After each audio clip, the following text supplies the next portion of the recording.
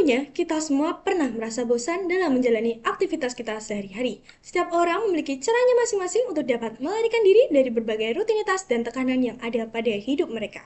Beberapa orang memilih untuk bermain game, nonton film, mendengarkan musik, atau bahkan terjun ke dunia fiksi. Assalamualaikum warahmatullahi wabarakatuh. Salam, Om Swastiastu, Namo Buddhaya, salam kebajikan.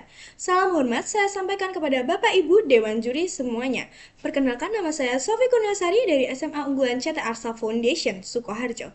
Pada kesempatan kali ini, izinkan saya untuk memaparkan hasil penelitian saya yang berjudul Cosplay sebagai Sarana Eskapisme Studi Sosial Budaya di Kota Semarang.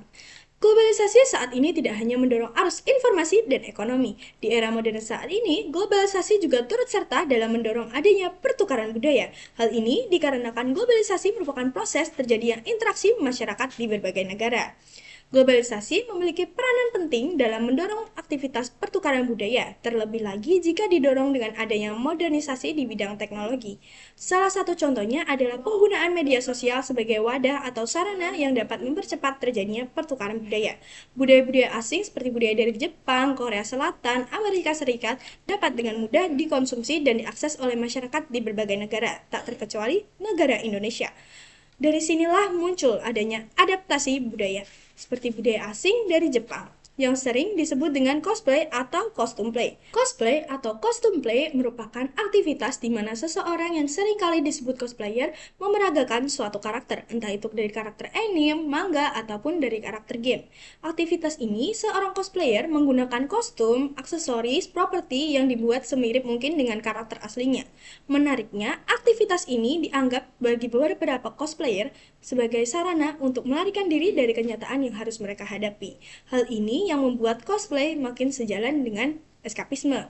Eskapisme sendiri merupakan aktivitas di mana seseorang melarikan diri dari rutinitas yang mereka hadapi dan mereka anggap tidak menyenangkan melalui aktivitas yang memang mereka anggap menyenangkan. Berdasarkan latar belakang tersebut, penelitian ini dirumuskan ke dalam 3 pertanyaan utama. Yang pertama, apa saja bentuk-bentuk eskapisme yang tersebar di Kota Semarang? Yang kedua, bagaimana perkembangan cosplay di Kota Semarang? Dan yang ketiga, bagaimana persepsi masyarakat umum tentang cosplay sebagai sarana eskapisme?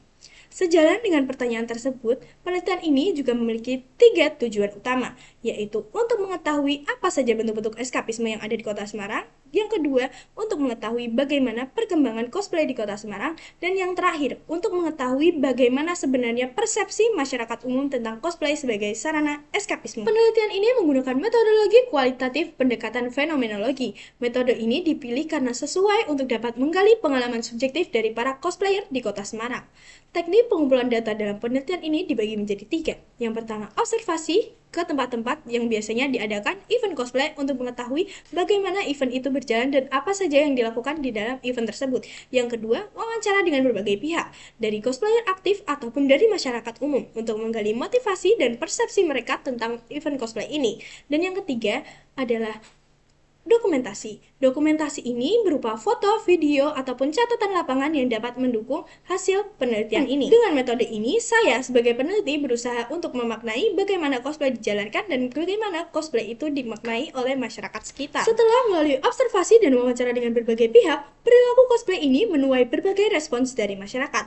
Ada kelompok masyarakat yang menganggap cosplay sebagai perilaku yang negatif karena dapat membuang-buang uang, membuang-buang waktu, dan terlalu menampakkan seksualitas. Namun, ada juga kelompok masyarakat yang menganggap cosplay sebagai hobi yang positif karena dapat meningkatkan kreativitas bagi para pelaku serta dapat memperluas relasi pertemanan. Menurut cosplayer yang sudah saya wawancarai, menganggap cosplay sebagai sarana untuk melepas lelah baik itu dari pekerjaan, sekolah, ataupun kuliah mereka. Mereka merasa lebih bebas dalam mengekspresikan diri karena melalui kostum dan riasan mereka dapat merasa lebih diterima di komunitas yang mereka ikuti.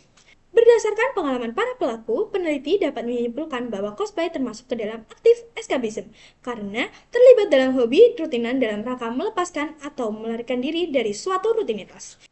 Cosplay sebagai eskapisme tidak dapat dipatok baik atau buruknya secara mutlak, tergantung bagaimana individu mengelolanya. Hal ini sejalan dengan teori compensatory internet use dari Calderwood Winter 2014, bahwa eskapisme tidak selalu bernilai negatif, melainkan tergantung bagaimana konteks dan serta cara individu mengelolanya. Sekian dari saya, apabila ada salah dan kurangnya saya mohon maaf yang sebesar-besarnya. Assalamualaikum warahmatullahi wabarakatuh.